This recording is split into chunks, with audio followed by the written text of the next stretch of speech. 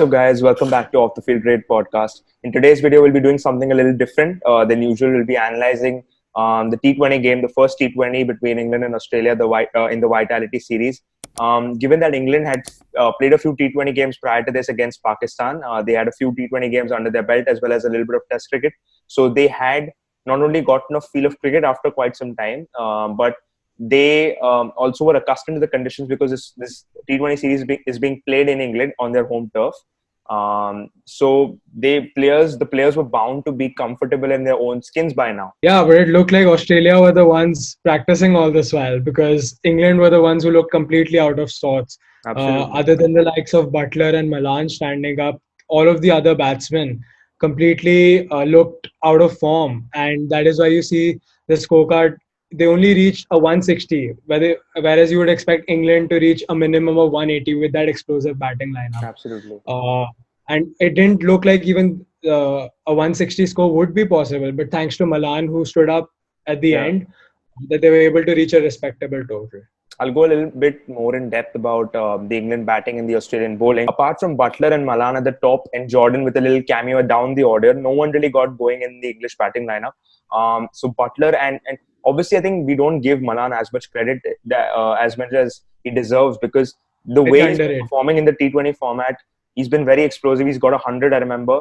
And I think he's quite a prospect in the T20 format particularly. I think he's someone like Virat Kohli in the sense that he depends highly on conventional cricket, but has powerful strokes in his armory because we saw in this game how he played, how he took on Zampa on the shortish boundary to the leg side with his strong slog sweep. Played a few over extra cover, inside out against Stark, Cummins, Zampa. So he's quite an all-round player for England, and I think he's proven that time and time again that even conventional cricket can fetch you runs in the T20 format. To analyze the pitch a little bit, because I think we saw how the pitch deteriorated over the course of the game. Because initially when England were batting, I think Butler went all guns blazing. Malan looked comfortable. Apart from Bairstow, really, all the batsmen that got in spent a little bit of time at the crease. They were able to score. However, we saw how at the latter stages of the second innings, when Australia batted, the likes of Stoinis, Agar were not able to strike, tonk at the end because it was quite a sticky wicket by that point, and slogging across the line of the ball wasn't that easy. So that there was variable bounce as well. Note that because at the start of the innings, we saw one of Stark's deliveries couldn't even carry to the keeper. However, when Cummins bowled one, the shoulder of Bairstow's bat and was caught at short third man. Yeah. So there was variable bounce on offer in this wicket. So it was quite confusing for the batsman, if I can say that. It is why I think you can't decide whether the total is good or not unless both the teams have batted on that pitch. Yeah. I'll get more into this later, but then you can see how Australia failed to chase a modest total that England set. So I think you need to wait till both teams bat on that pitch to actually determine whether the score was average or above average or whatever it is. So Butler looked completely comfortable in his own skin and on the wicket as well because he went after Agar completely, came down the track, looked completely on song, capitalized on certain loose deliveries, went down the ground, came down the track, shimmied down the wicket. So he was using his feet. He looked so much in his own and so comfortable at the crease. However, on the other hand, someone like a Bairstow who was struggling against the likes of Stark with the ball angling in, leaving him. We saw that again. Shaheen Afridi struggled quite a bit. He was knocked over with the ball swinging sharply into him. Yeah. So those are polar opposites. Bairstow is not looking that convincing at the crease. On the other hand, Butler, as we've seen, as he's done for Rajasthan Royals, he's doing wonders for England, opening the batting. Test match form also helped. I think he played great innings in the last two test matches against Pakistan. So I think he's brought that form into the T20 series as well. Malan honestly played all around the park, as I mentioned before. He had some powerful slog sweeps, great inside-out shots against Stark and Zampa. So, I mean, there's no doubt that he's England's premier T20 batsman after probably someone like a Butler. And coming to Australia's bowling now, because there's not much to talk about England's batting as far as getting big scores is concerned, because obviously Jordan played that little cameo of 14 runs that got England to that respectable total of 160 odd. But I think it is Australia's bowling lineup that should be credited. The way the likes of Richardson at the death end, because he bowled that 1 over up front was smashed for a few runs. I think it was 10 runs odd. And at the death, he had some very good skill Like, sets in his arsenal. He had the leg cutter that he bowled, and batsmen were struggling to strike the ball. Tom Curran was batting at that stage where he bowled those leg cutters. And Cummins was economical early on with some decent seam movement on offer, and varied it quite a bit at the end with a few pinpoint wide yorkers, some slower bouncers, some low full tosses. So he varied it up quite a bit. And as you expect, if he's gone for 15 crores, he must be a little difficult to predict in that sense. On the other hand, Stark and Zampa's performances um, weren't up to the mark, I'd say, because Stark went for what, 30 in 3 overs, Zampa went for 47 and 4, more than 10 runs and over for each. So quite expensive, I'd say. And the way Malan and Butler were batting couldn't help it really. But Zampa's, I'd say, he bowled a little fuller, and Agar, on the other hand, was a little too short against Butler. I remember he played a few through deep mid wicket, and Zampa was a little too full, and that gave Malan a lot of space to open up that leg side and play those huge slog sweeps that he did. So other than that, there's not much really to talk about. So the main stars for Australia were Cummins and Richardson in the bowling on the bowling front, and for England it was Malan and Butler who stole the show. moving on to the second innings, I think Warner and Finch were quite lucky at the start.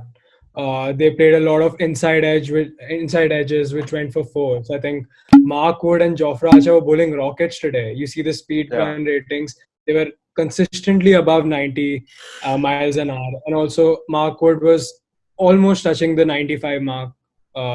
So I think they were bowling rockets, which is why Finch and Warner struggled a bit, Yeah. and hence the inside edges. But I think eventually Finch got the hold of the Yeah. batting track. However, Warner looked rusty throughout the innings. There were mistimed shots. I think he tried to pull one which went towards mid-on and just missed the fielder. So he looked rusty throughout, even though he did score quite well. The However, the pitch good was thing that there was so much uncertainty in the pitch, I'd say, because when Warner and Finch were batting, it looked like a complete batting paradise. But when in the latter stages, you saw people were struggling so much to strike the ball. What do you think? it reminded me of that game at the Wankhede, India versus Australia, the ODI, where Warner and Finch, Yeah, they didn't get out. They played the whole innings. They won by exactly. 10 wickets in that ODI match. So I thought it was going to be a repeat of that because of the way they were batting once they got set.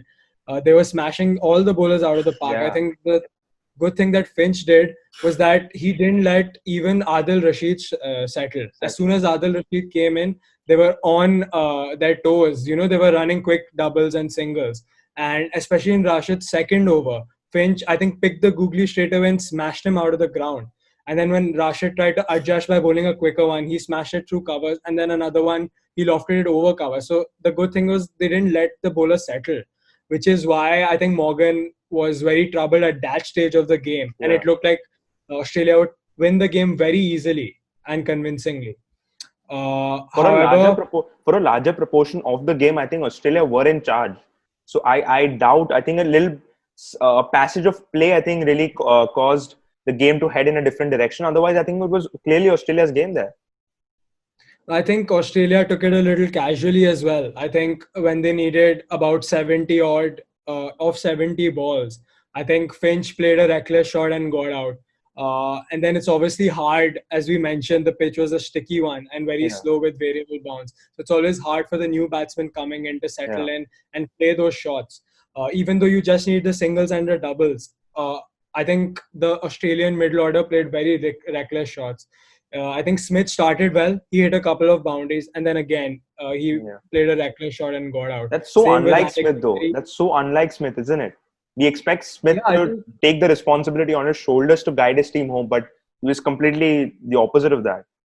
Smith is that batsman in the Australian order who will be play the anchor's role if needed and Exactly. can also change through the gears. But it was very unlike them. And even Alex Carey, for that matter, usually he's a very mature batsman as we've seen in the World Cup. But I think in today's game he played a reckless. I mean, it was a great Slightly delivery, but unlucky, he I'd say. Slightly slightly unlucky. unlucky. But I think getting too inventive and it wasn't needed at that stage.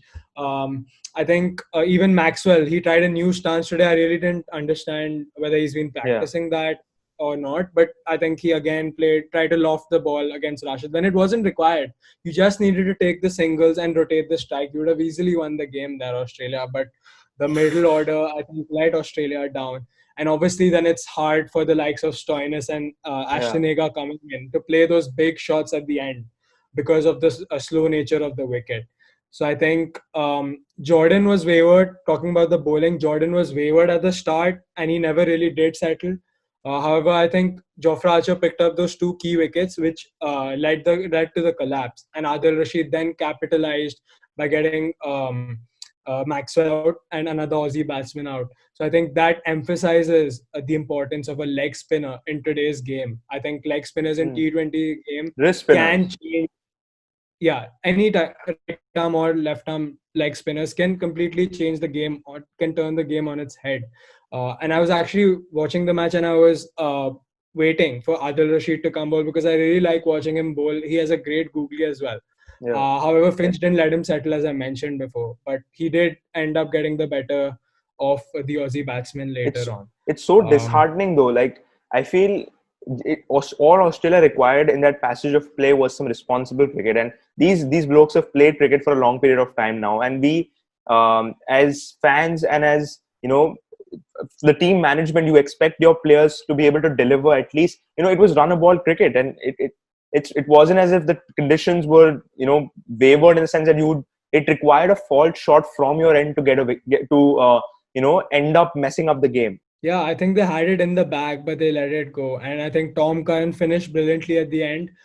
He kept his cool. Obviously, Stoinis did smack him for a Yeah, great six that's over a great cover. shot. But then, yeah, but then we saw later in the over how the ball stayed low and it wasn't ideal for hitting those big shots at the end. Mm. So I think if Australia had just maintained a cool and calm head, they would have easily clinched the game with overs to spare. But I think they tried to end the game too quickly and played a few reckless shots, which Mm. actually worked against them, and they ended up losing the match by just 2 runs. I think Australia had the game, but they let it slip away. So yeah, guys, that was the video. Hope you guys liked the video. If you did, please do give us a thumbs up. Do subscribe to our channel for more freshly brewed trading content. And yeah, that was our analysis of the first T20 between England and Australia. Do let us know what you thought of our analysis, and who you were supporting from your end between the two sides. And yeah, that's it from us, guys. Hope you guys liked the video. Take care and peace. It's like it's playtime and it's free time. In the dance, yeah, they have it like a glance. Yeah, we stepping out the room.